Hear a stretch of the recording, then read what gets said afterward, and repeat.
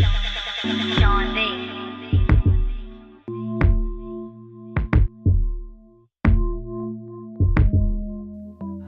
am really excited to be here this morning, and for those of you who know me, I tend to not make notes and I tend to just speak from the heart, and I'm going to do that, but I felt it was really important to think about the idea of being a woman and what that means as in education, as leaders in education, and just as the everyday existence that we have. And so I really thought about this, and I thought the idea of inspiration is something that's really key for me. And so the question I have for you this morning is, who will you inspire? Who will you see through your eyes and through their eyes what kind of inspiration you are to other people? It'll be your children, it'll be your friends, it'll be your students, it'll be students that you are with in classes, your family, your friends. Who will you inspire? Inspiration to me is like a pebble in the water, because you never know in what way you're inspiring people. Conversely, you don't know when you don't. Whether you're tired at the end of the day, or you've had it for the 20th time because someone has said something to you that really upset you, it's easily not inspiring when we all get grumpy, right? So that pebble in the water of inspiration, words are important. And the way that we say them and who we say them to is really important every day. I stand on the shoulders of some incredible women in my life. My grandmother, who was born in 1904, was a social worker. She actually, in the 1920s, went to the University of Oregon. She was a single child.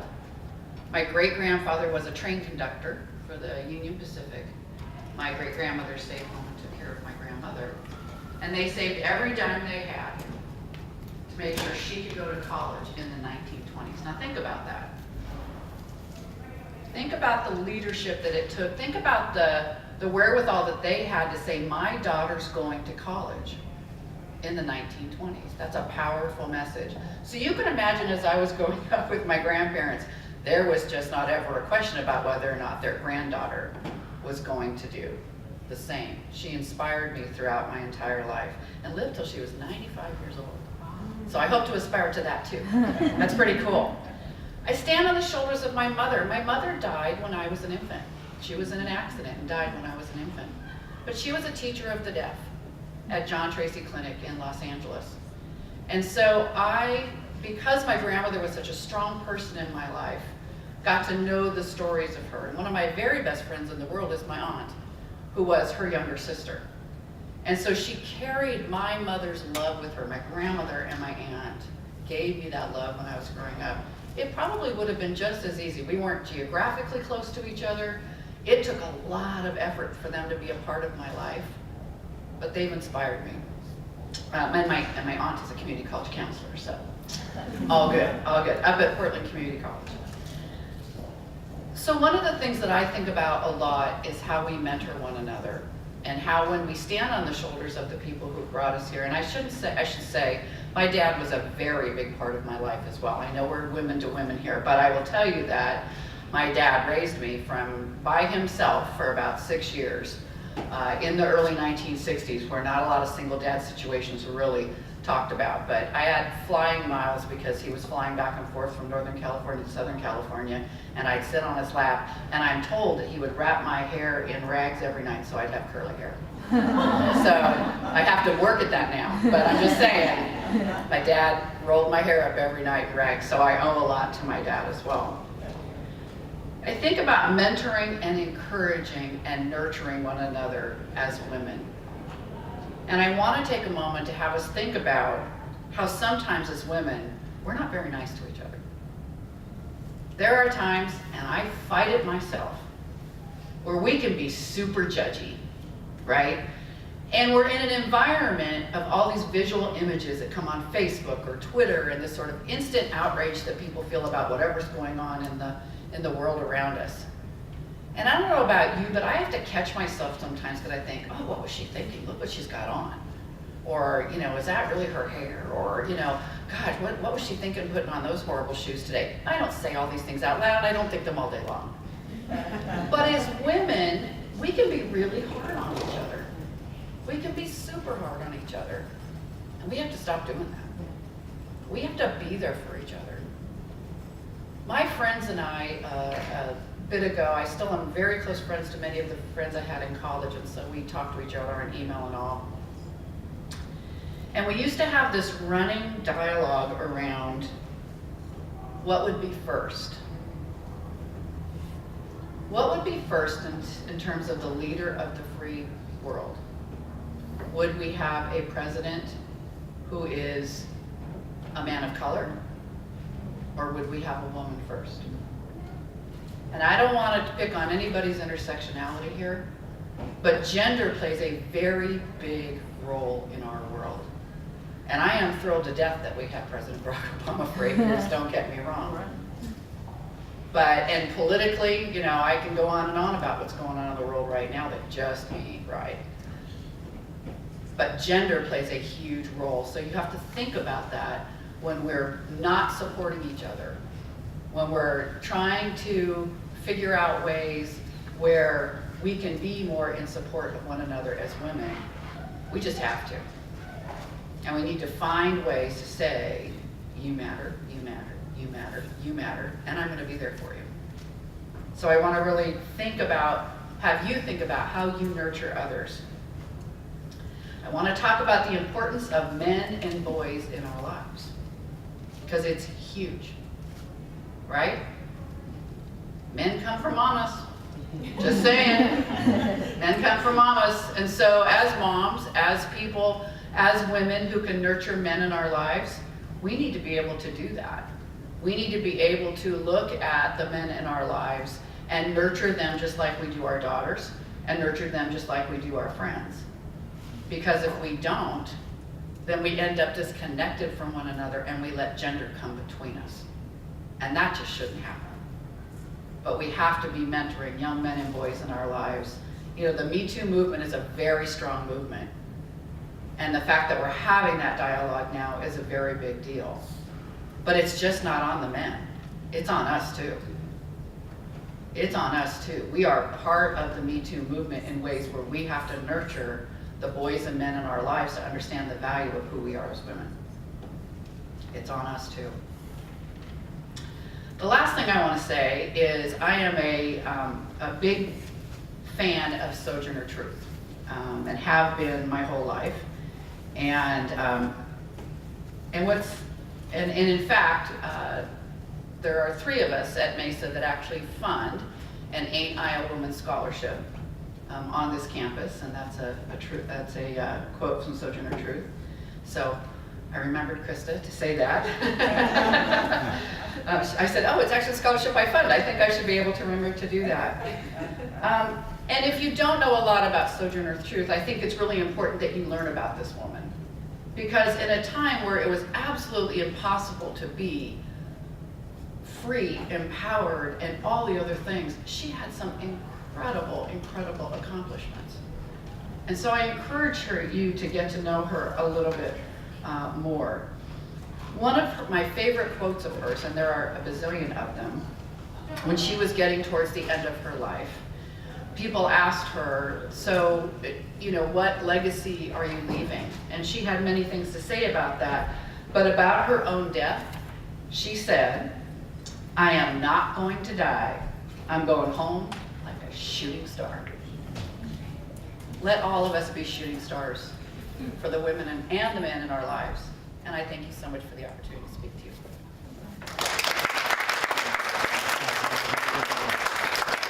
Right, thank you so much, Dr. Lester. We really appreciate those words of inspiration that you have given to us.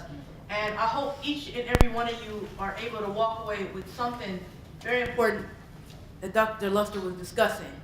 And the purpose of today, as Dr. Lester was discussing, was for us to come together as women and for our allies and everyone just to realize that at some point we have to make a decision. Does anyone know the true definition of the word decide? Like when you break down the word decide, side, C-I-D-E, means kill. Pesticide, genocide, kill. The word decision, C-I-S, y'all know I spell it right. I promise you I can spell it. It's off the top of my head. Get that off camera, please. Off camera. But the decision part of it, it means to cut. To cut, incision, to cut, to make a decision. We have to decide to kill off certain things in our lives, and the negative behavior that sometimes we'll have against each other, we'll have to cut some of the ways that we think about. We have to remove all of that, and we have to say to ourselves, you know what, regardless of what I believe or what you believe, we're all going to come together just as women, just as united people. And so this conference was actually put together because I was inspired when I went to another conference. And I came back and I said, we have to do something. And everyone said, okay, you do it. I said, I don't know about all that. And Michael Temple heard like how passionate I was about it. And he said, we'll go ahead and we'll do it. And we put together a committee, and we all just started throwing in our ideas. And I've never seen a group work together the way that we had worked together. You talk about everyone coming together to unite and to get something done. Each and every one of us played a part in today's event. And so I would like to thank the committee for actually putting this together. Please give everyone a round of applause for putting this together. I truly appreciate it. And with that being said, I have something else for us before we get started with our keynote speaker.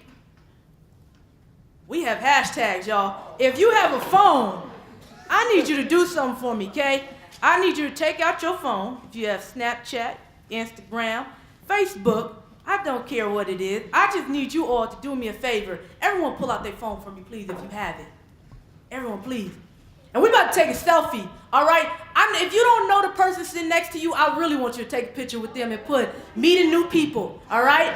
These are the hashtags that we're getting ready to put attached to them. Please feel free. So take a moment real quick and take a selfie. All right, y'all. Y'all say cheese. All right.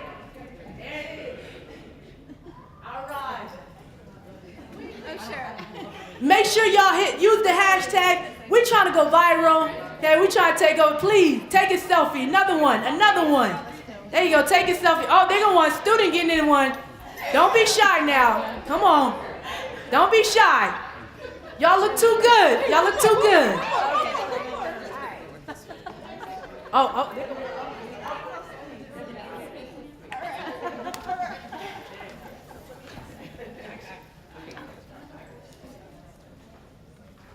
Oh, there it is. There it is. I want you all to take these hashtags, and we trying to blow up, right? We trying to be the freshest things in sliced bread, okay?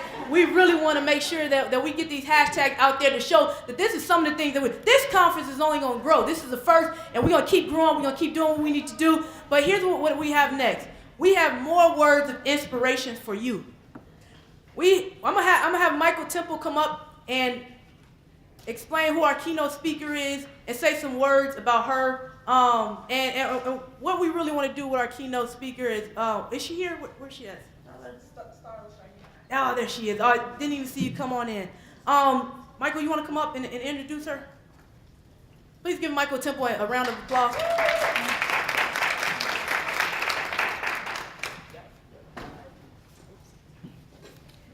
You know, I don't feel as though she should have asked you to give me a round of applause. I should have just received a standing ovation. All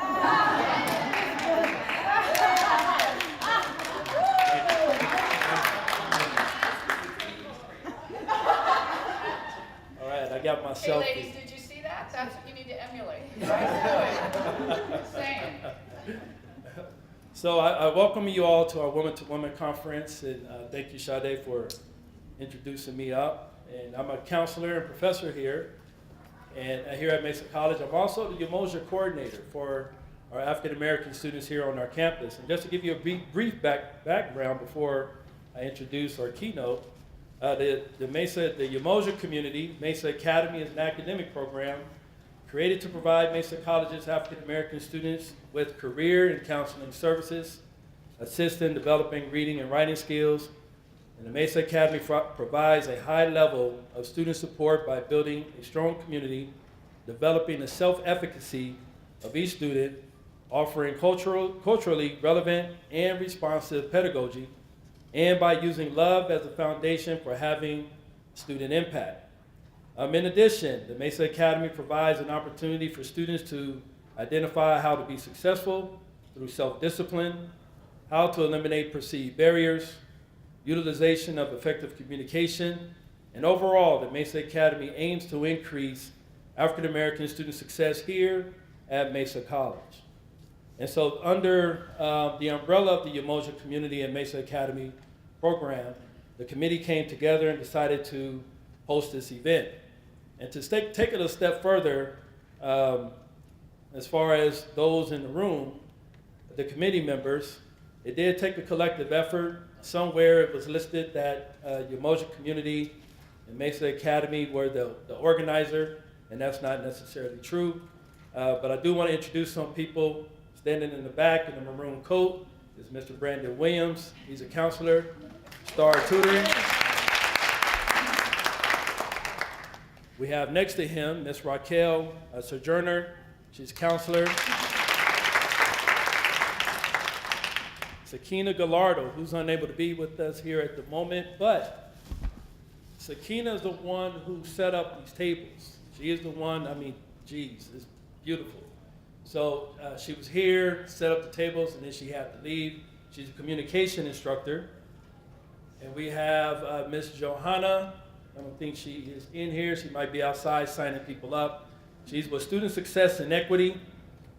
Miss Sahar King, who's in institutional effectiveness.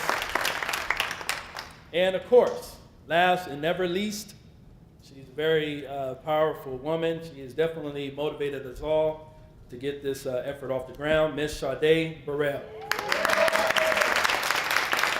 She's a counselor at EOPS. So now, moving on into who our keynote speaker. There is a change on the agenda. It says Takima Mayasa, but she was unable to make it. However, we do have one who is equally as good and a phenomenal individual, one that I love dearly. But what's interesting is I Googled her name, and like 3 or 4 pages came up. So I was as a guy, I was all into myself, feeling myself a little bit. So I Googled my name. I will leave it at that. There are several Michael Temples out there who are misrepresenting the name. So I didn't come up even on the first page.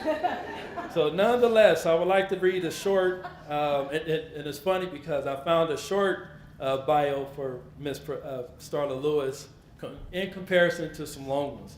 So here's the short one. So Starla Lewis is a brilliant woman who for the past 40 years has committed herself to bridging, unifying, and empowering multiculturally diverse communities. As a professor of Black Studies, poet, author, and life mastery consultant, Starla Lewis has helped thousands of people recognize their own greatness.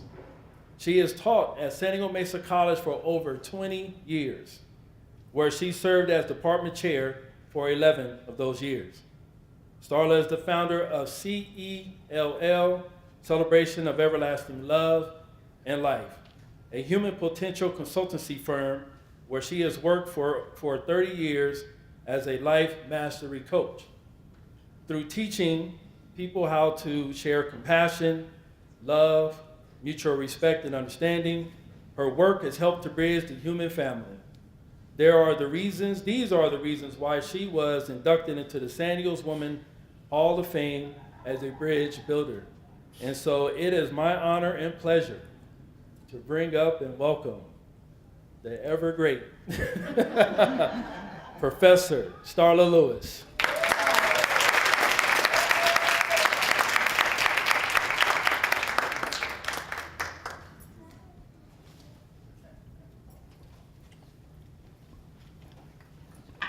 I don't know what to do behind the podium, but I'll do my best. Mesa College, home away from home. So it's good to be here. I was trying to decide what I wanted to share with you today.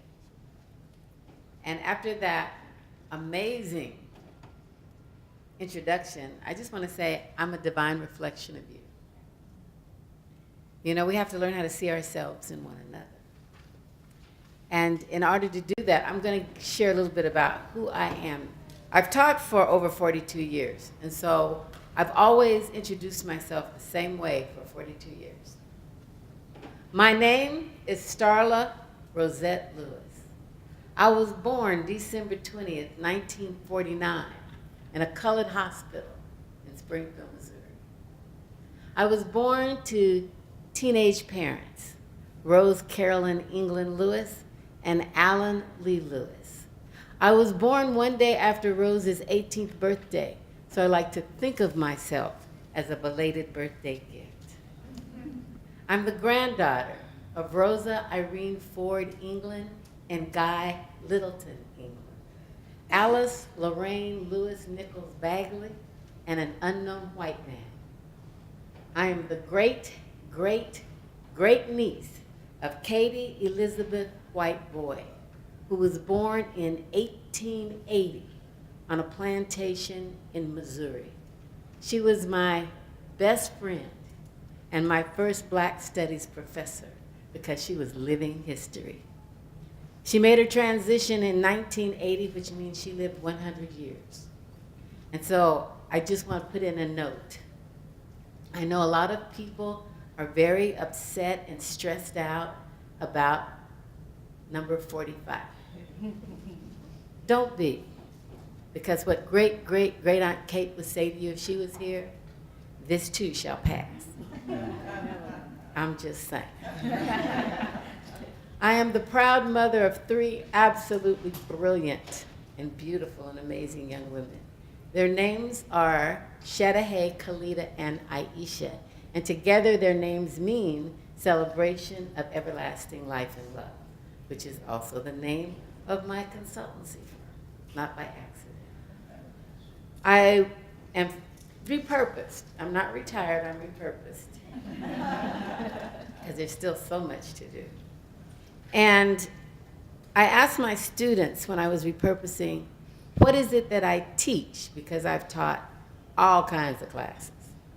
One semester I had 7 classes, 7 preps. And so I said, what is it I teach? And they said, you teach us how to use love to address every issue in our life. And you teach us how to love ourselves. And so I thought, okay, I could do that in the world. That'd be fun. And that's part of why I'm here today. I repurposed because I was in a car accident. And it was a really bad car accident. I got hit by 2 cars. Someone ran a red light coming down a hill. So you know that's speed. And I got a concussion. And the concussion was a gift. And I didn't know it at the time. It took me 2.5 years to realize the gift of the concussion. But I remember when I was 4 years old. This is really connected, y'all. And when I was 4 years old, I can remember sitting on the front porch of a woman by the name of Mrs. Ada Fulbright. And Mrs. Ada Fulbright was 99 years old, and she had been a teacher since she was 14 when Emancipation Proclamation took place. And as I was sitting on her porch, sometimes she would talk to me, but sometimes we would just be still. And in the stillness, I remember thinking, why is it that Black people don't love themselves? Why is it that Black people can't see how beautiful we are? Why is it that people are mean to other people? And I realized that hurt people hurt people. It's not that we're mean people, we're just hurt people.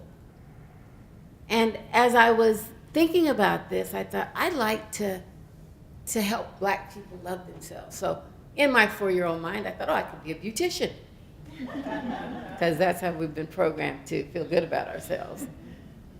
But as my life journey went on and I realized that this was part of what I wanted to do, I was sitting in my first Black Studies class. It was 1968. I was 18 years old. And as I was listening to the teacher teach, I thought, I have a high school diploma. I've been to school for 12 years. How come I've never heard any of this before? And then I realized this is the information that I had needed as a child in order to understand why I wasn't inferior. And I didn't believe I was inferior. You know, great Aunt Kate wasn't having that. But society sent me all these messages. As women, society sends us all these messages. And these messages make us doubt ourselves. These messages make us forget ourselves. These messages pull us out of ourselves. These messages make us create a self. And when we create a self, we know we're not being authentic. What do you want to be when you grow up, people ask me. Wrong question, mama. Don't ask me what I want to be. Ask me who I be. Who am I? Because children will tell you. If you ask them that question, they have been thinking about it. Because children have thoughts, and our little girls have thoughts, and we keep putting them back in the little girl box to become women boxes. How do we wear our crowns? This is what the accident taught me. We don't love ourselves because we can't see ourselves. Because in that accident, for that 2.5 years, I was disconnected from my spirit. I was disconnected from my conscious awareness of who I was because my brain had gotten all scrambled and I felt like a ghost of my previous self. I cried every day. People who know me and love me don't know this about me. But I cried every day because you can't love what you can't see. You understand that? So our challenge as women and as men and as human beings on the planet is to get back in touch with the essence of who we are. We are magnificent beyond our imagination, and yet we're trying to get in the box. And that box is confining and constricting, and it's not real. It's an illusion. And we don't want to live our lives as an illusion. You know, I hear, we as women, we've been marching, yes? Anybody at the march? Proud mama, my daughter opened the one in San Diego. I'm just saying. And, part of our hashtag Me Too, and it's real, Me Too. I mean, what woman in here has not been sexually harassed? I want to meet you. Would you please say? Do you understand that? But what we don't know as women, because we're in our own pain, and as mothers in our own pain trying to protect our daughters, is a lot of our little boys, Me Too. A lot of our little boys who turn into men who do that, Me Too. And so our challenge is for all of us to wear our crowns. When women put on their crowns, trust me, men will put on their crowns. They have to. You think, who wrote it? I think it was, what's that song? Oh, Rod Stewart. Anybody know that Rod Stewart song? Oh, baby, you got what I need. You've heard that song. So we know that when women step up, men are forced to step up too. And our challenge as women is to really, once we see ourselves, we have to validate ourselves. My daughter, my granddaughter, and I are doing multi-generational women empowerment experiences. And we're going to be doing one this Friday at the Jacob Center. And the purpose of this is so that women can become self-defined. I mean, it's amazing because I didn't know I was coming here to speak today until last night. But I thought, this is in divine order, because we just finished a book entitled, I Am My Own Self-Validation. Now, why is this significant? Because anybody can tell you you're pretty, or that you're smart, or that you're kind, or that you're good, whatever it is. But if you don't believe it, it doesn't matter that you even heard it. Do you understand how deep that is? If you don't believe it, so how do you begin to believe it? You affirm it for yourself. How did I get to be this self-affirming person? And I can't remember not being. And the reason I was self-affirming is because I lived in a society that didn't affirm me. I couldn't look for my beauty on TV. I wasn't even on TV unless it was a Shirley Temple movie, and I was scratching my head talking about, Miss Shirley, I can't remember. You know, that wasn't inspiring to me. I couldn't identify with that person because that didn't represent me or any of the people that I knew personally. And I knew I wasn't the stereotype of the mammy on the plantation. Because this is how we were seeing ourselves. And so I knew that I had to get in the mirror, and my grandmother had that mirror. How many of your grandmothers had this mirror? You could fold it on the side and multiply yourself. Spent a lot of time playing in that mirror so that I could see reflections of me. If you want to entertain a child, all you have to do is give them a mirror. Because before we start getting those negative messages about ourselves, we like ourselves. You put a mirror on the floor in front of the baby crawls up to the mirror and goes, what? Mwah. Just like, got to be good. Are you following? What happens to us where we stop doing that? Where we stop making, somebody says, ooh, baby, look at the size of your ears, baby. You got some big ears. And the next thing you know, baby goes. Because someone else's opinion that came from someone else's opinion that came from someone else's opinion is not impacting us. Because we can't see how beautiful we are. And we can't see that our beauty is unique. Because we've got a beauty standard. But our beauty is unique. No one's beauty is like your beauty. And so when you change your beauty to look like somebody else's beauty, then guess what? They have the edge, because everybody knows the original is better than the copy. Right now. How do we become our original selves? How do we give ourselves permission to go against the flow? How do we stand firm in knowing that we are magnificently made? How do we do that? The word is called courage. And courage comes from being your own self. Validation. You know, someone gave me a book one time. I call it the best book I never read. It's one of my favorite books. It was written by a woman named Terry Cole Whitaker. If you're from San Diego, you've probably heard that name at some point. And the title of the book was, What You Think of Me Is None of My Business. We can allow people to think whatever they want to think. It only harms us when we start taking their thoughts on as ours. And so we have to raise that consciousness within ourselves to understand I am magnificently made. I might step on a toe right now, but don't take it personal. Because if it doesn't fit, I'm not talking about you. I love my church women. And if you're African American, you've probably been to church at least once. And especially on Easter and Christmas and Mother's Day, I'm just saying.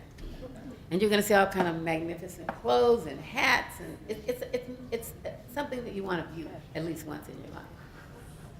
And I hear my church mothers say the most lethal things to little black girls. And they don't even know they're doing it. So picture this, and if you've ever been a little black girl, deja vu, okay? But picture this.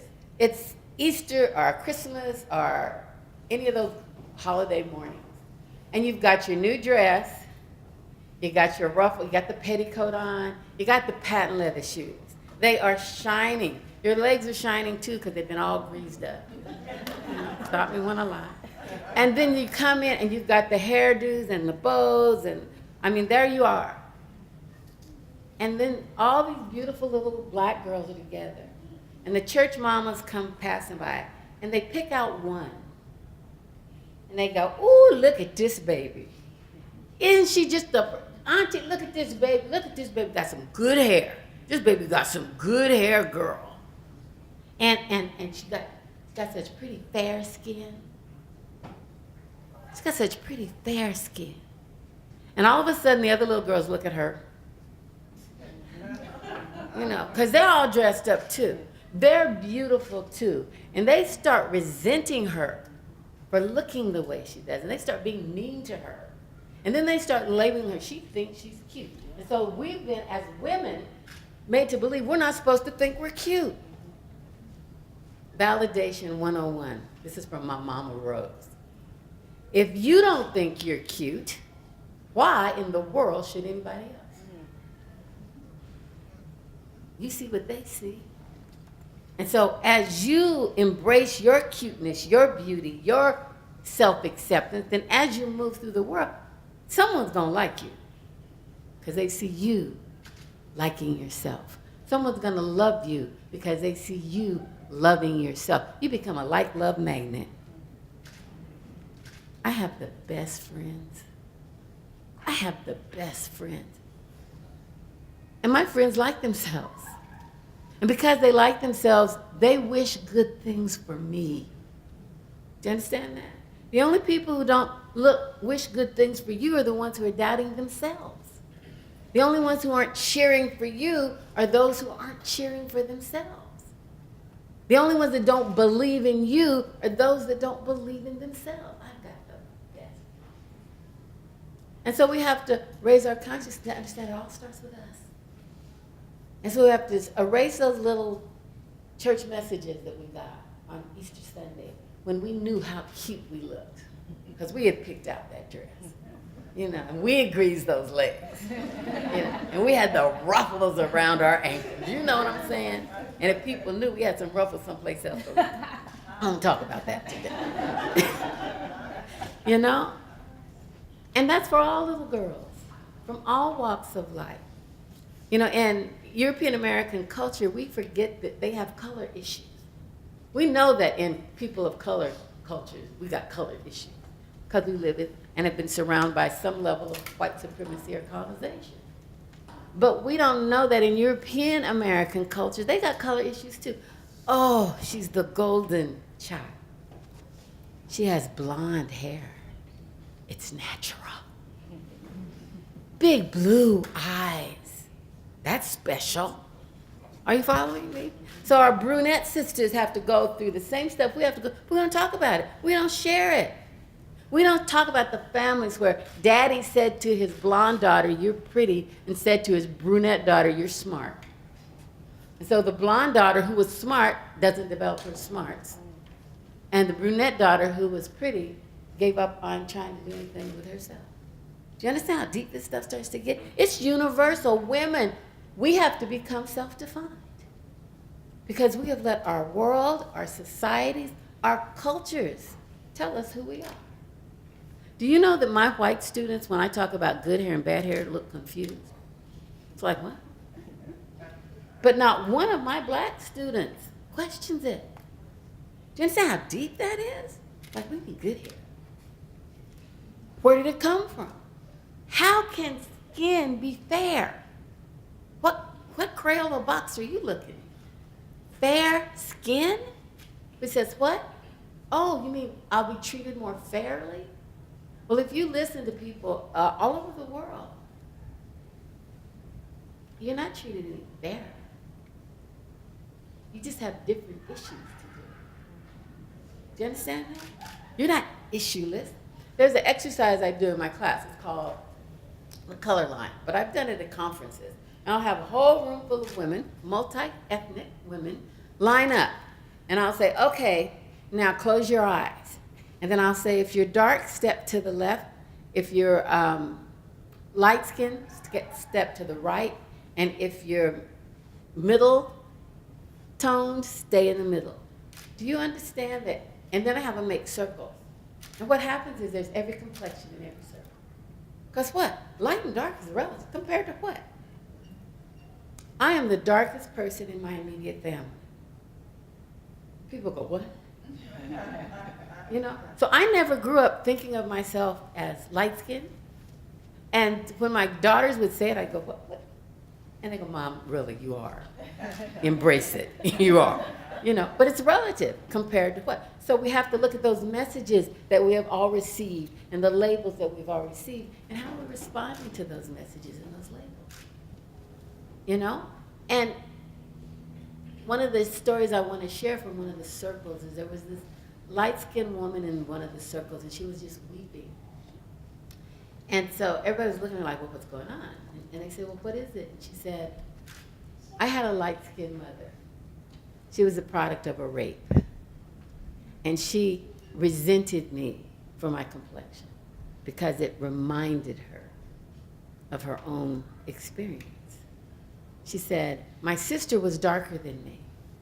And my mother would hug my sister, talk to my sister. She said, my mother never touched me. We don't understand each other's pain by looking at each other.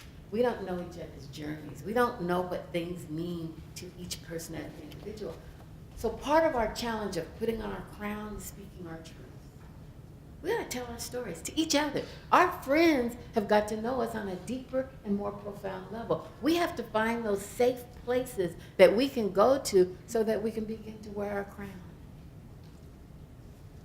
Our lives are so intertwined as people and even more so as women. There are things that we have experienced that nobody knows but us. Nobody supported us through them because nobody knew we needed the support. Do you understand? If I don't know what you need, I can't help you.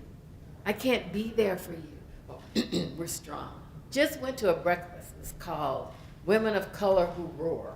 I was like, what? I'll be there. I want to see this. And it was huge. There was at least 300 to 400 women there. And they were all ethnicities. And this is so powerful. Our assemblywoman, Dr. Shirley Weber, was the keynote speaker. And she shared some things that I want to share with you today because it's things that I've always talked about with women, and that is, Black women, you are not evil. You are not overbearing. You're tired. Do you understand that? Now, why do I say that? Because women are tired. What have you been taught to do? You've been taught to take care of everybody else. And in the process, we don't take care of ourselves enough. We don't rest enough. We don't defer enough. We don't eat the egg that doesn't have the broken egg yolk. You know, I call it the broken egg yolk syndrome. Somehow we always get that egg. You know what I'm saying?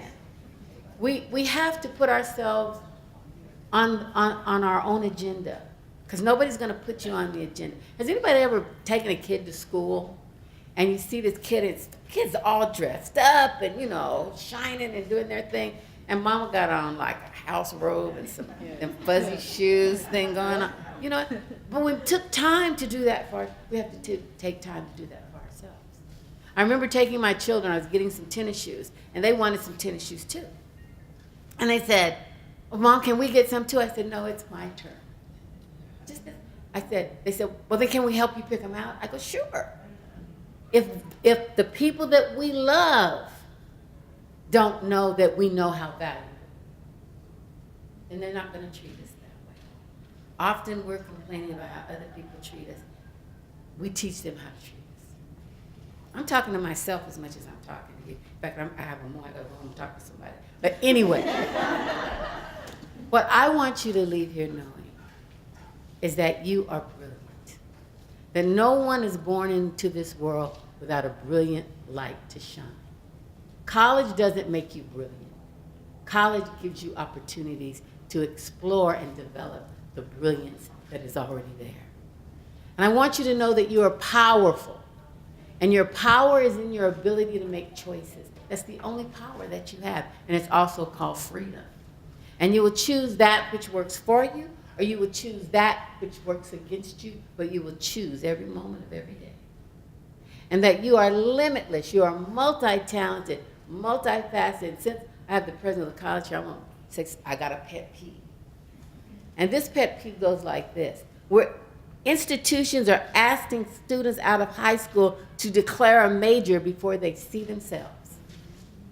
And know that if you do that, when you get your degree, you're going to go do something else. We have to be sensitive to the fact that part of this place stimulates our mind and helps us see ourselves and understand ourselves better. And then finally, the most important thing for me, you are love. Not loved. You are the thing itself. Unconditional, boundless acceptance of self and others. And so each one of us has a simple challenge. Be you. Be you. Be you. So repeat after me. I am brilliant. I am powerful. I am limitless. I am love. And so it is.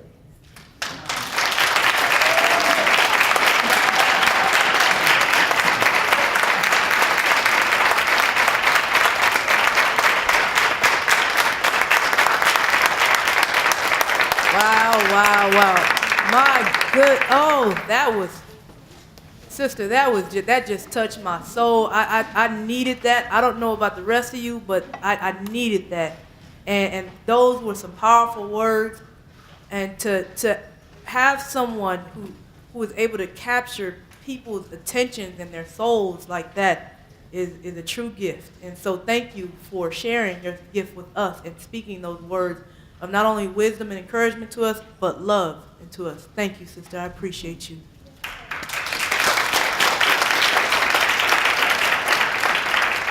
So we're going to keep it going. Protect your crown. That was the whole theme of today. Protect your crown. And how this all came about, I gave you guys a little bit of backstory, but how did this all come about was one day, about a few years ago, I had this young lady, she took me out for dinner, and she said to me, Sade, I know you're trying to start your business and you're trying to do these amazing things, but you just need to sit down and just have a lunch, have a dinner, and just talk it all out. She knew that I need to get everything out. She said, we're not going to talk about anything about you trying to start a business, you trying to take over the world. We're not doing any of that. Just tell me who you are. And so I sat down with her, and her name was Bumi.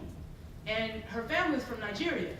She came from Houston because it's a huge population of Nigerians in Houston. And she said, do you know what your name means?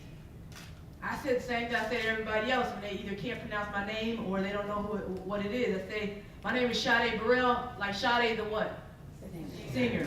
Sade, my name is Sade, like the singer. Sade, not Sade, not Sade, not Sadie, but Sade. And I've always been very particular about people pronouncing my name correctly because that's my identity. So when I named my children, I made sure my children, that people pronounce their name. My son's name is Mulemvo. Very difficult name for some people to pronounce. He's a junior. He was named after his father. So Mulemvo Manchizulu Anyanja Jr. And people want to call him Junior. I say, no, you call him Mulemvo. My daughter, easier name, Amara. You call her Amara by her name, because that was my identity. And so when this sister sat me down, she said, Sade, tell me your story. I told her my story. I told her about how some of the most difficult times in my life had came when I was a child, but when I became an adult, it seemed like it was worse. Because when I was a child, I didn't have a choice. But when I became 18, I at least had somewhat of a little bit of choice. And I was learning. And I had to make a lot of mistakes. And so she said, Sade, your name is Sade, but the full name is Fola Sade. Fola Sade, F-O-L-A-S-A-D-E, Fola Sade. That's the singer's full name. And Fola Sade means using honor to protect the crown. And it hit me. And she said, when you describe your story, at different moments in your life, you had to protect the crown. The crown represented something different at every moment in your life. When I was a kid, the crown was my siblings. See, I'm the second oldest of 7 children. Only 5 of us are alive. I was the second oldest. My oldest sister is only 11 months ahead of me. Right now, as of today, we're the same age. She'll be turning 31 in 2 days. But we're the same age right now. Mama was a Rolling Stone. So I had to step up as an older sister because she wanted to be what a kid is, a kid. But I knew that I couldn't be a kid. If I had to be a kid, I knew we all were going to suffer. So when I was a kid, the crown was my siblings. When I became a teenager, the crown was my freedom. When I got hired here, I mentioned on my interview board that You know, they asked, how do you know about Mesa? I said, well, I'll be 100% honest with you. I only know about Mesa College because we used to drive by here to go to juvenile hall. And so that's how I knew about Mesa. An officer drove me by here and said, you have two choices, young lady. You can go to college, which is right here, or I'm about to take you right up the road to juvenile hall. So that's where you're going now, but later on you have a choice to come here. Who knew, like 15 years later, I'd be working here? The Crown was my freedom at that point. Then when I became 18, 19, the Crown was my independence. Nobody's telling me what to do. I just got out of foster care. I had no social worker. I got my own apartment. I could do what I want to do. That was my Crown then. Then I had kids, and my Crown became my kids. Then I had to go to school because I had graduated. No one told me that when you graduate with a degree in social work that you make $15 an hour. So I had a low-paying job with 2 kids. You can't survive off that. I was making $2,000 a month with 2 children who were hungry. So at some point, I had to change the Crown from it being about my children to my education had to become my Crown. And as women, people make us feel guilty when we're mothers or we have to care for people that we change our Crown and say, hey, I love you, but if I don't change the Crown right now, we're going to stay in poverty. See, I'm a single mom, and the majority of single moms are in poverty. And I didn't want that. I did not want to be in poverty. I didn't want my children to grow up in poverty. I lived around that lifestyle. I didn't want that. So I had to change my Crown. And it was education. I went to the University of Southern California for my master's. And as soon as I changed my Crown from education, I had to change it to work ethics. And I had to change it to just different things. I worked for the Assemblywoman, Lorena Gonzalez. Had to put in work there. Then I had to go and we passed all these bills at a state level, just a regular person, me. But I had to change my Crown.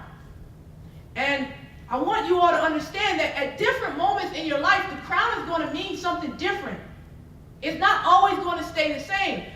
Some of you who are students right now, it might be your education. But when you graduate, what is it going to be? And you constantly want to be looking like, what crown is on my head? And on the tough days, I remember this young lady said to me, she said, pick your head up, queen. You don't want your crown to fall. Many of us are walking around like this, and the crown will not stay on if your head is down. Pick your head up, queen. You don't want your crown to fall off. And for the men who are in the room, I want you to understand that you too have a crown, just as we do. Pick your head up, king. Your crown is falling. Please don't think for 1 second that a crown is only for a woman. And understand too that the crowns as kings that you all have are also the crowns that you guys are going to pass down to your children, that you may need to even give it to your own mother, your own sister, cousin, aunt, somebody who's important to you. But we have to pick our head up. Pick your head up, queen. I don't want your crown to fall. So, protect your crown. Ooh. I remember I went with protect your crown because protect your crown, protect the crown is something that I used to say. I have a group of women who I actually work with, and I have a group called M3, Mothers Motivating Mothers. When I was in grad school, in case you guys didn't know, I was up until a whole bunch of stuff. I was worked for Assemblywoman. I was working with C-sex victims. I don't know if you guys know what C-sex is. That's commercial sexual exploitation of children. It's we have a huge issue here in San Diego with prostitution, and I worked with young ladies who were in foster care, and they had got caught up in that lifestyle. So I was doing that, and then I said, you know what? Well, let me tell y'all the truth, y'all. Okay, we family. We're gonna keep it honest. So I started this group, M3, Mothers Motivated Mothers. I seen a Tyler Perry movie, and it's called The Single Moms Club. And it was a good movie. And they had created this group of women who come together, and then one person stay back, watch the kids, everybody else go out. And I needed a babysitter because I wanted to live my life. so I got a group of women, a group of other single moms together, and I empowered them, and I told them, you all are queens, and we deserve the best. And I actually started using some of my skills that they were teaching me in grad school. I would run 1 week, the first week we would sit down and we talk about just subject matter. So I would run a whole counseling group, right? And we talk about the stigmas of being a single mom. And then the second week, the third week, we will all go out. So we went out to Tyler Perry Plays while one parent stayed back and watched all the kids, right? And we rotated it.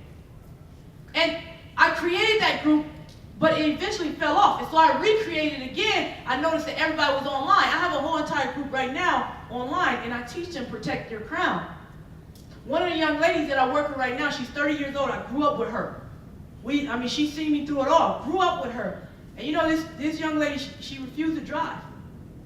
Refused to drive.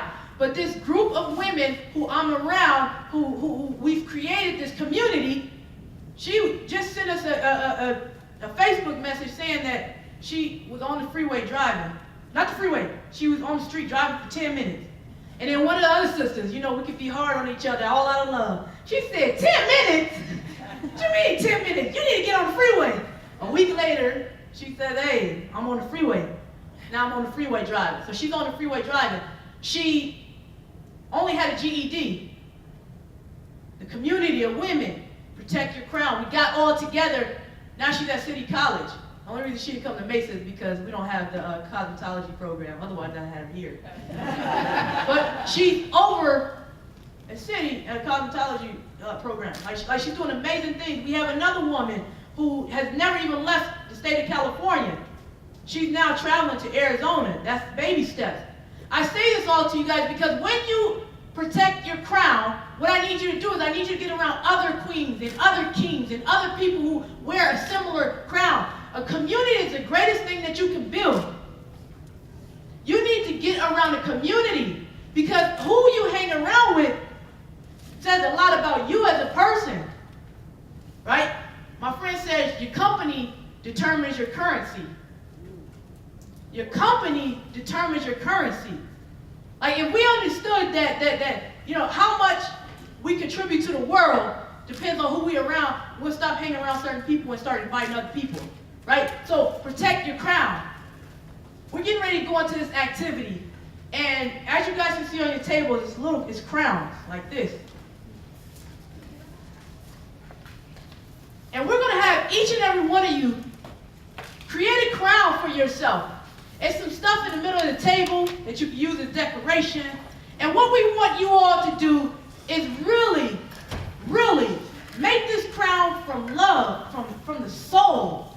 And then what I want you to do is, at the end of it, we'll crown ourselves, right? Because we're all kings and queens in our own way. But we have to protect the crown. So with that being said, we are going to play some music. Brandon's going to get the music going. And we're going to really just have a good time making our crowns and having a good time. And then after that, we'll go ahead and share. So please.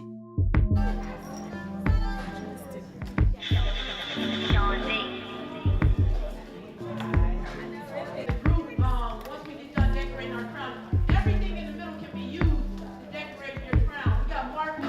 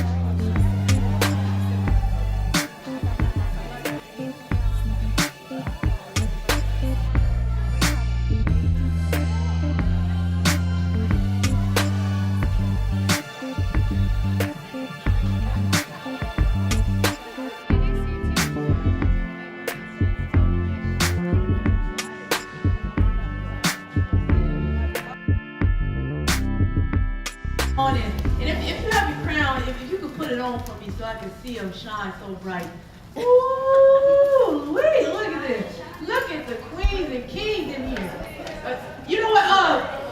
Real quickly, we're gonna have to take another photo. We're gonna do it for the gram. Can we do it for the gram real quick? And for the Twitter, and for the Insta, for what's these other social media accounts you guys on? Snapchat. There we go. The young Snapchat. Here we go. Let's take a selfie real quick, everybody. Selfie time. All right. All right. Gram. Ready? 1, 2, 3. Cheese. All right. This one. 1, 2, 3. Cheese. We do one more time over here for my queen over here. 1, 2, 3. Cheese. Perfect.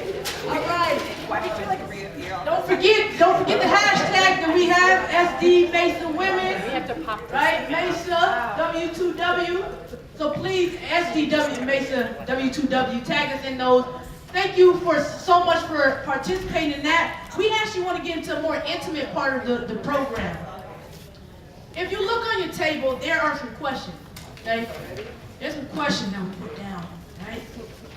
And I was wondering if someone would be able to just do us the honor and possibly answer just one of the questions for us. And we're going to ask for you to briefly share. It's going to get real personal. This is a safe place. We are all queens, right? So, and kings. And so I was just wondering, can someone please answer this question that was on the table? What does your crown symbolize in your life? Personal freedom, peace, financial stability, success, children, etc. Right now in your life, what is the crown that you have on your head? What does it symbolize? Can anyone share with us? I can do you like a professor and just pick one. Anyone want to share? Thank you so much right here. Yeah, one. Please tell us your name. Susan Lazare Fashion. To me, it symbolizes understanding of myself. Oh, I like that. Understanding of yourself. Yeah. That's it? That's it. I love it. I love understanding of herself.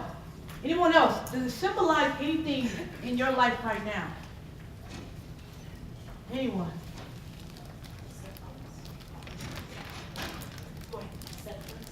Acceptance. Of self, of self. I love that. What's your name? Yelena. Love your name. Beautiful name. Well, now that I heard Miss Starla Lewis this morning, this is my love life magnet. My love magnet. Love it magnet. I see you have limitless on there, divine, loving. Wow, I love it. Empowered, inspired, love it. Anyone else? I seen someone? A symbol of overcoming. Oh, overcoming. I love that. Love that. Anyone else on that question? Overcoming. Powerful. Let me ask you all this. Now, what does protecting your crown mean to you? Those of you who answer, what does it mean to protect your crown? Anyone know what that means?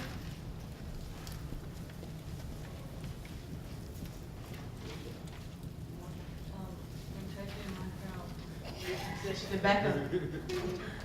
Protecting my crown means not let society determine me. Ooh, yeah. Not let society determine her. Not allow society. That's all right, sister. Don't worry about that. Not allow society to determine her. I like that. Yes. I want to repeat something that Professor Starla Lewis said in the class I was fortunate enough to attend. She said, not everyone gets a front row seat in your life.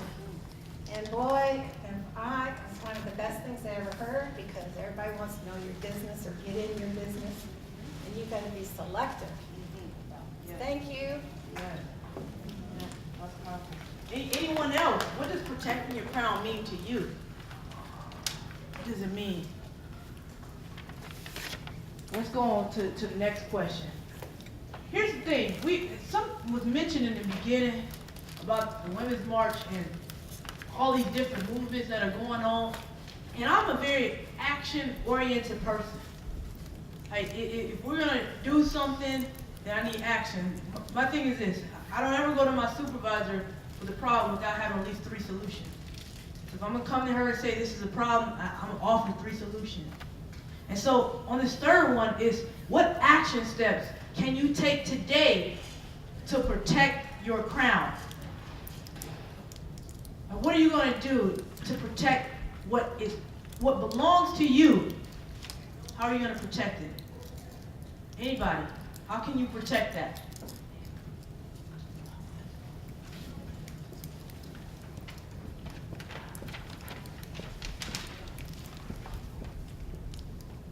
So how I plan to protect my crown is to define myself for myself and by myself. And if anyone doesn't like that, they can get out of my life. Oh, And that's it. all right now. I love that. Yes. Yes. I love that. How else can we protect our crown? Just think about it. It's right now. You know, it's on you right now. It belongs to you. How are you going to protect it? Yeah. Well, I'm also learning about setting boundaries. And I've raised 4 children, and I've always put them before me, and I'm learning. It's hard. Time's up. Time for me to come first. And I've got to set those boundaries. Boundary setting. That's good. Is it okay if I make some suggestions on how you can protect your crown? For students. For students, a way to protect your crown is by choosing your friends wisely, people who are able to receive your time. Time someone can never get back, right? For people to be in your presence is it's a gift to them. So really choosing who we hang around with. You know, often as an EOPS counselor, I have students in my office, and just based on their grades, I can look and I ask them one question. If they didn't pass the class, I say, who are you hanging around with? And I had one student say, well, I was hanging around someone and they were doing X, Y, and Z. And so I went on this long speech. If you ever come to my office with a D or F, you get this long speech from me. And I said to her, she said to me, but they're good people, Sade. And I said something to her, and it's going to shock you all, but it was meant with good intention. I said the road to hell is paved with good intentions. So what I mean is that there are going to be good people who are around you, but it doesn't mean at that present time that you should be around them. I'm a true believer of allowing yourself to get to a certain point, and then you going back to help those other people. But how can we help other people if we're not even protecting our own crown? So protect what belongs to you. This is yours. It's all yours. That is your crown. And even if you lose that crown today, I still want you to understand it's still on your head. Right? So let's go on to the next one. Do you think women proudly wear their crowns? Yes or no? And why? Why do you think that? Do you think women proudly wear their crowns? Yes or no? I heard someone. Oh, right there. You know, I've taught for 42 years, and one of the hardest things to see is that from a women's movement that started in our time, women are less empowered than I've ever seen them, and more fake than I've ever seen them. And it's because they're not seeing themselves. If you don't see yourself, you create a self, but that self you create comes from too much outside input. I think wearing the crown means do you, be you.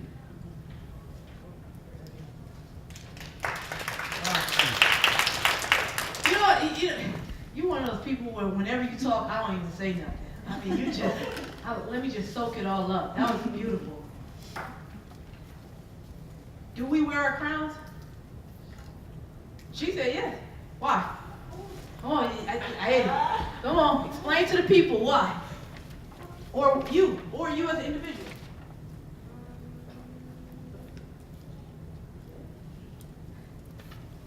Wait, can you like rephrase it? Do you think women proudly wear their crown? Oh yeah, because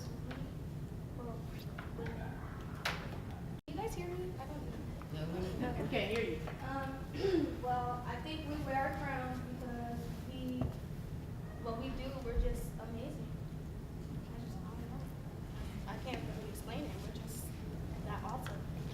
nothing else needs to be said, just amazing. There you go, drop the mic, Obama. Obama. Love it. I love that. She said yes. Anybody disagree? Uh-oh. You disagree? No? No, she said she agreed. Nobody disagree? Yeah, all right here. I love hanging around people who disagree with me, so. I think women don't wear their crowns proudly because, like, the key speaker said, women are mean to each other. Like, if I wear my crown, so-and-so is probably over there, judging me because of how I wear it or why I wear it. So, if someone's judging me, I'm going to judge the next woman for wearing hers because I was judged. Does that make sense? Thank you for sharing that. Thank you. Thank you. Yes.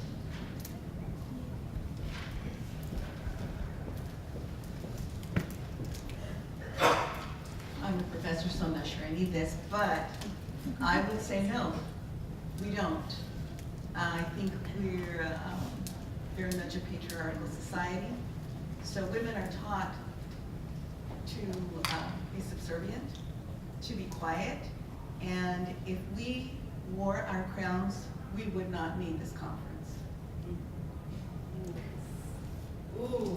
Wow. Wow. That is so true. Oh my. Anyone want to follow? Y'all want more? Here we go. Wow. So I'm going to do two. I'm going to say women don't wear the crowns enough.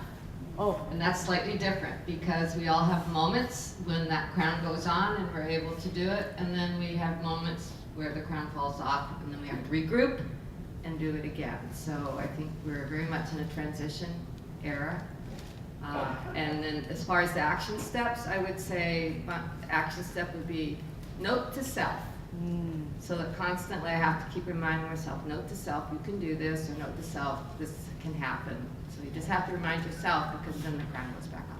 Yep. I was fortunate enough to attend the Black History Month breakfast last Saturday, and the speakers were outstanding. And one of the points that was driven over and over because of the elections coming up is women need to get in office, and if women who can get out of their comfort zone and run for office, women need to be in office, making decisions, and wearing their crowns. Thank you so much for sharing. Thank you. We got one more question. Before y'all eat. How can we encourage more women to protect their crown?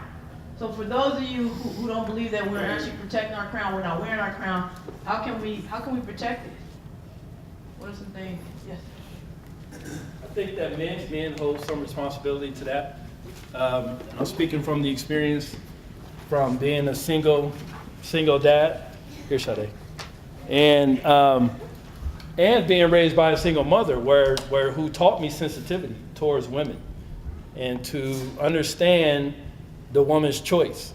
And so for me, I think from my perspective, and having to teach this to my daughters, which was very challenging. So I think that men need to hold themselves accountable and responsible as well. And I'm choosing my words because I feel like this is that moment I'm gonna say something that's controversial, and that's not my intention. But for someone who raised daughters, I just see myself being responsible. And I hold my friends, my other dads, responsible for making sure to be a certain way towards their daughter, to be nurturing, to listen, to understand that they are very unique, and not to try and be controlling. And so, so I think that men need to be more responsible in that sense too. Thank you, Michael. You're welcome. Appreciate that. Any more of the men here want to speak on that? Yeah? Now that Michael set the tone. He said, no, don't point at me. Anyone else? I'm sorry to put you on the spotlight, but anyone? Any of the young men will speak? No? What about you? No? Me? I'll speak. Thank you, thank you. I disagree with Michael Temple.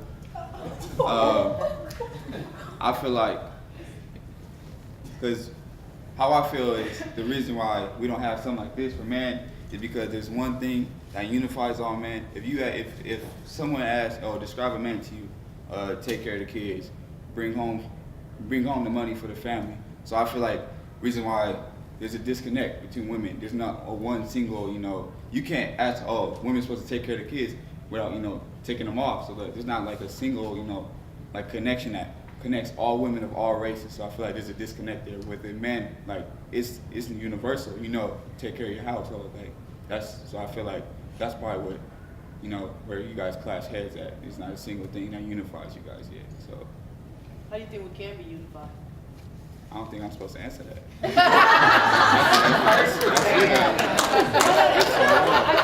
I think a lot of women in the room respect your opinion, and just to hear from you. Y'all gotta be open, just feel like, because everyone's different, but at the same time, your views will be similar to how you raise your kids. Everyone wants to see their kids go to college, or if not go to college, be successful. So find a way to connect that with and become that one thing that connects all women together. So once that happens, then you guys will be able to wear your crowns more proudly. So I feel like that'd be. Thank you, brother. I appreciate it. Yeah, of course. Thank you. To want to carry ourselves like a woman in order to be a wife to someone and to be what society wants to define you as a woman, because you can be someone's wife. You're a woman that can be like wife material, and so sometimes that gets in the way of women that don't want to do that or don't fit the standard of like what's wife material and what's not. We construct ourselves as women around that usually can cause conflicts that were spoken of, like we don't talk politely to each other, we don't want to acknowledge each other, and I think that causes a rift with us enjoying ourselves and wearing our crowns because we're too busy fighting with each other instead of helping and loving each other, and that can cause communication between men and women to be not the best. Thank you so much for sharing that. Thank you. Anyone else? Anyone else have anything that they want to say? Brandon, could you do me a favor? Could you put back up the other PowerPoint? We value your opinion. Oh, we do. Oh, let me be quiet. Every voice matters. I mentioned earlier that I'm doing a piece called Woman's Worth, and it's a multi-generational women empowerment piece. And my daughter has a friend who has a barbershop, and she took a lot of our flyers to his barbershop, and he called back and said, I need more. And then he said something very interesting. He said, most of the women who've come in my shop have not been African American. And then he said, and all the men are coming in to get this flyer because they want to know about women. And I say this to say this. It is not a way of saying I don't value myself or I'm not good enough when we say I could do better. It's not that we're not good enough. Most of us know on some level that we are, but we could be better. And one of the ways we get better is to come and have these conversations with one another, sharing our stories, learning our lessons, and really opening up not just to our peers, because our peers have pretty much similar experiences, but our youth have wisdom too. Our youth have lived lives too. And so we have to begin to hear from all the different generations, and we have to hear from the men in all the different generations. Men need a men's worth, so that you can come together with each other and have this conversation, and then together we can share with each other who we are and how we want to be in the world. And it's gonna be varied.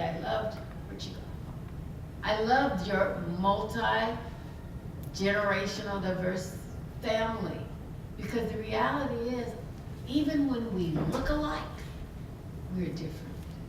And we have to be able to celebrate our differences while we embrace our similarities. Thank you so much for that. Thank you. Can we go to the next slide real quick? Some ways that we can take action after leaving this conference. I'm gonna get into before Raquel comes up and introduce our next presenter. Is to become an active community member. I live in Spring Valley. I bought a house in Spring Valley on purpose. It's because I went to high school in Spring Valley.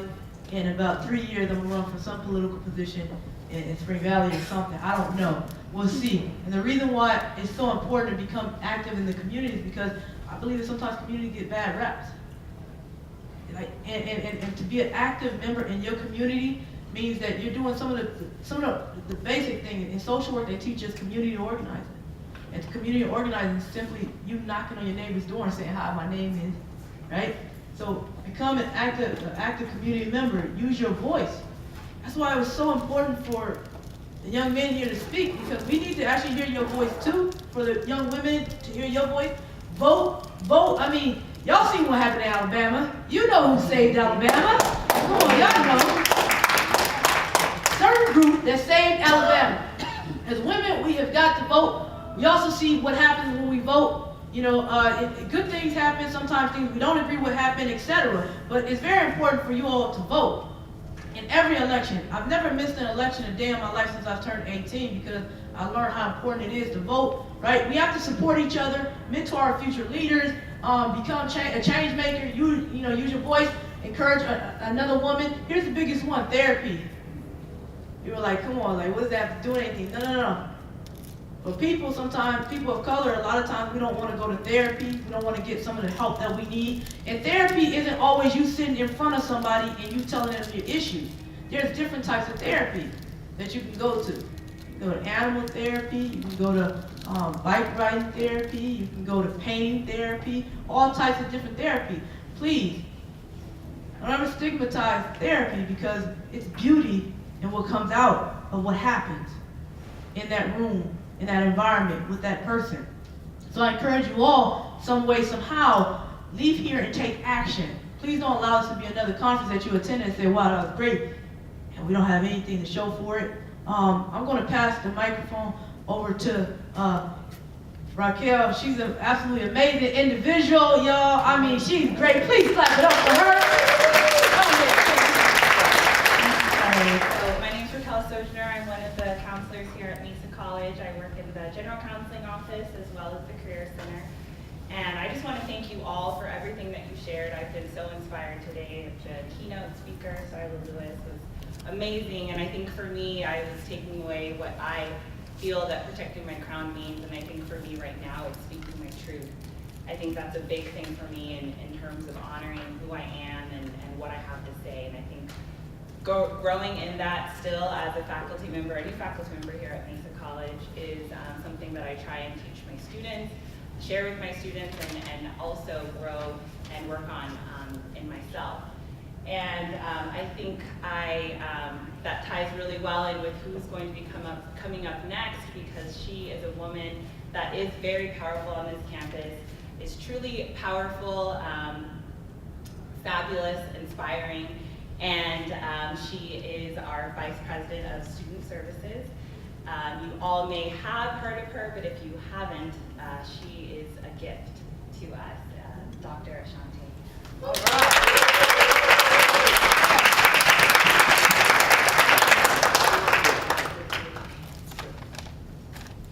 Okay, she said a gift, and I was like, oh no, that's my crown. So, all right, so one observation, one thing that I wanted to say is when I thought about what would I say during closing, as I know that this separates you with your food, so trying to figure out who do I say? And a lot of times when I'm thinking about what it is I might share, sometimes I'll look things up on the internet, just do a quick Google search to see what's out there, like how are people talking about these topics and conversations. And so I did the search on my phone, and all the stuff that popped up were how to protect your literally your jewels, right? How to protect your jewels. And they started talking about you get attorneys, you got to do insurance, you got to do this, you got to do that. And then they started talking about protecting your data, like all of these cyber things and attacks that try to come in and disrupt a business's intention, and all of these layers of things that you need to do. And initially I thought, that doesn't apply, and turn the phone off. Then I thought, wait a minute, it does apply.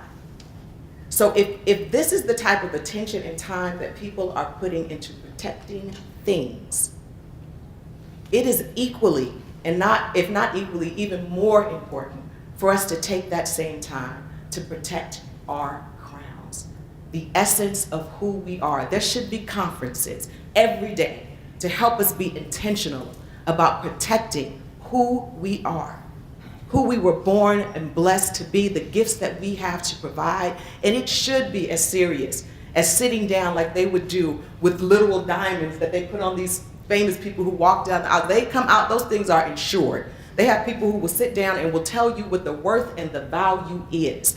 They will make sure that you know what happens in case of emergency. They will do all of these things, and that is so important. You are worth that same type of attention. And so I thought that helped me realize even how important it is to create the space for us to know how to do each and every one of those things. And then the other thing, the observation was sitting here, and it is so fabulous seeing each of you with these crowns on, right? These shiny pieces that are on your head, because it serves as a visual reminder. And I think for many of us in education, we see these crowns, especially on our students, each and every day. In those times where you feel like your head was down and yours fallen, we see your crown. So even when you feel like it is not there, we see it. We see it, and when we're in community and we're working with you and we're connecting with you, we are cultivating those things. So it is so important. I believe that these crowns are your birthright. It is not something that you earn. Perhaps for many it is something that you discover along the way, but the mere fact that you were born put that crown on your head, and it should never, ever be removed. It is how we radiate light, right? This is what we share with the world. And we are each born with these individual gifts and talents that we share. Now, while we have these crowns that we need to protect, and while they're sitting on top of our head, I do believe that we do have to hold those near and dear to our hearts. That we have to take what that crown represents and tuck it deep inside, so deep that the world cannot impact, shape it, change it. It can help you evolve, but it will not ever take away what your purpose and your true identity is. So protect it, but let it radiate like these beautiful crowns that are sitting on your head. What I want to do is just really quickly go through some of the things that I heard, because I think a lot of times we spend time going to workshops, conferences, we get so excited, but we never have time to truly reflect on what it is that we just heard. And so I want to start off, our president, Pamela Lester, started talking about inspiration. That was her focus. Who will you inspire? And I think that is so important because you, your crowns, your journey inspire. There's a quote that says, to one person, to the world I may just be one person, but to one person I may be the world. You never know who is watching you, who is paying attention to your journey, your gift. And it is not always the things that we say, it is who we are, it is how we interact, it's the energy that we bring to the spaces. So I love that Pam asked, who will you inspire? And she talked about we inspire through words, we inspire through mentoring, through encouraging, through nurturing.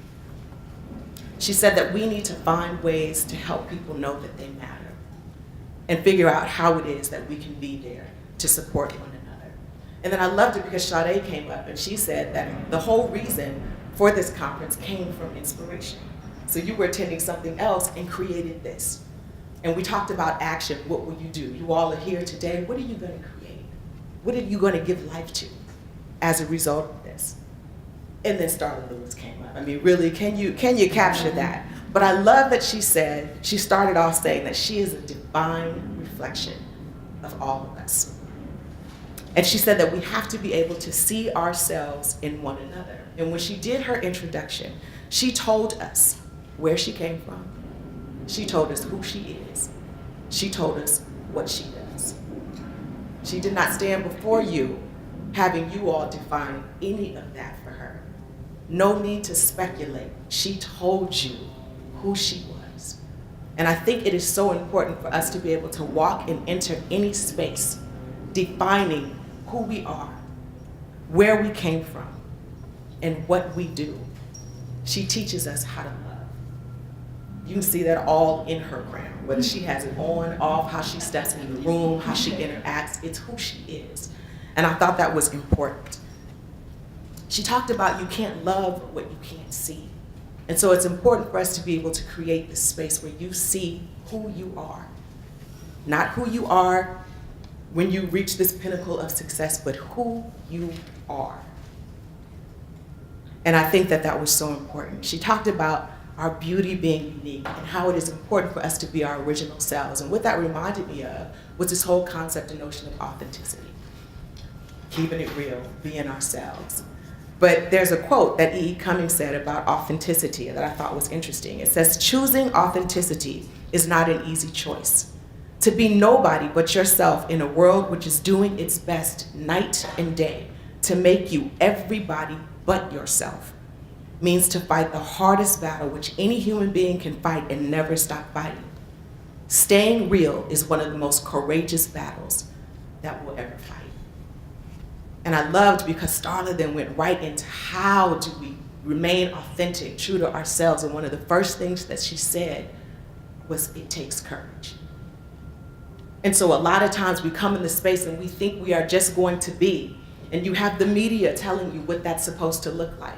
You're reading books in your classrooms that's telling you what that's supposed to look like. Your peers, your friends are telling you what that's supposed to look like. It is very difficult to say that in the midst of all of that, this is who I am. This is the gift that I bring. This is how I contribute. This is how I shape and impact the world in my community. It is a choice. We all have our authentic selves, but you choose how you show up daily. And it is one choice, one decision at a time. She also said that we have to see ourselves, that we have to validate ourselves, that we have to define ourselves, that we have to realize that we are our own self-validation. I thought that was beautiful.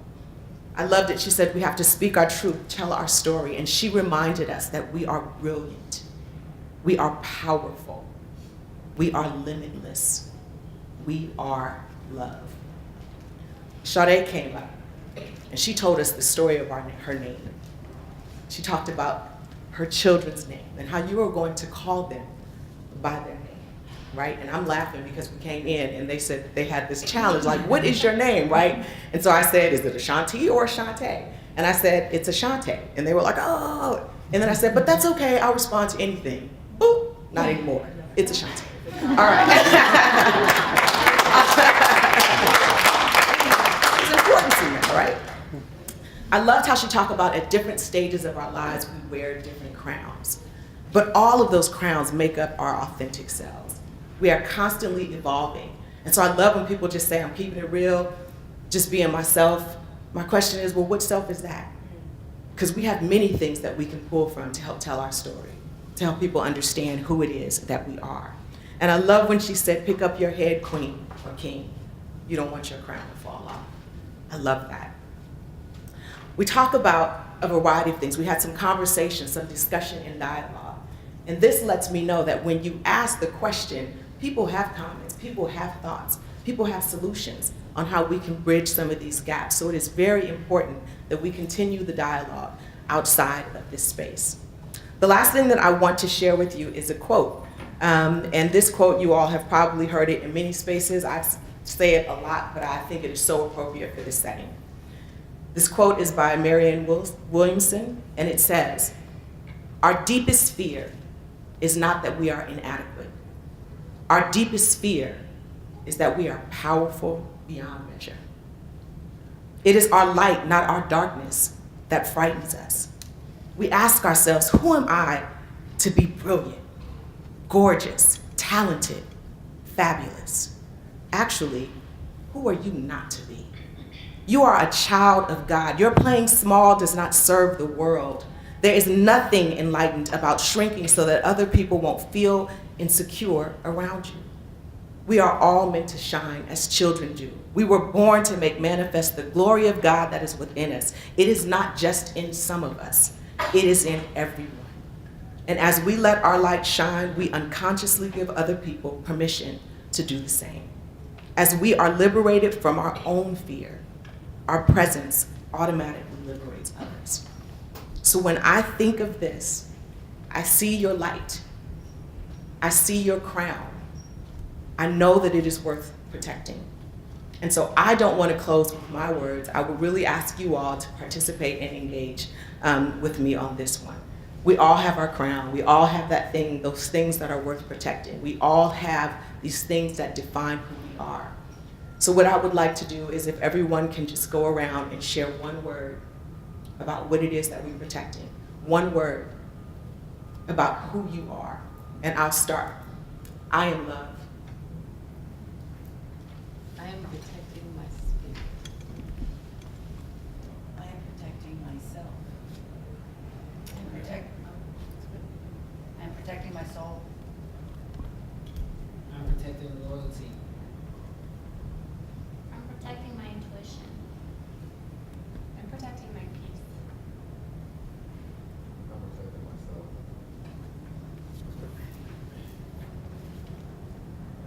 Black shirt.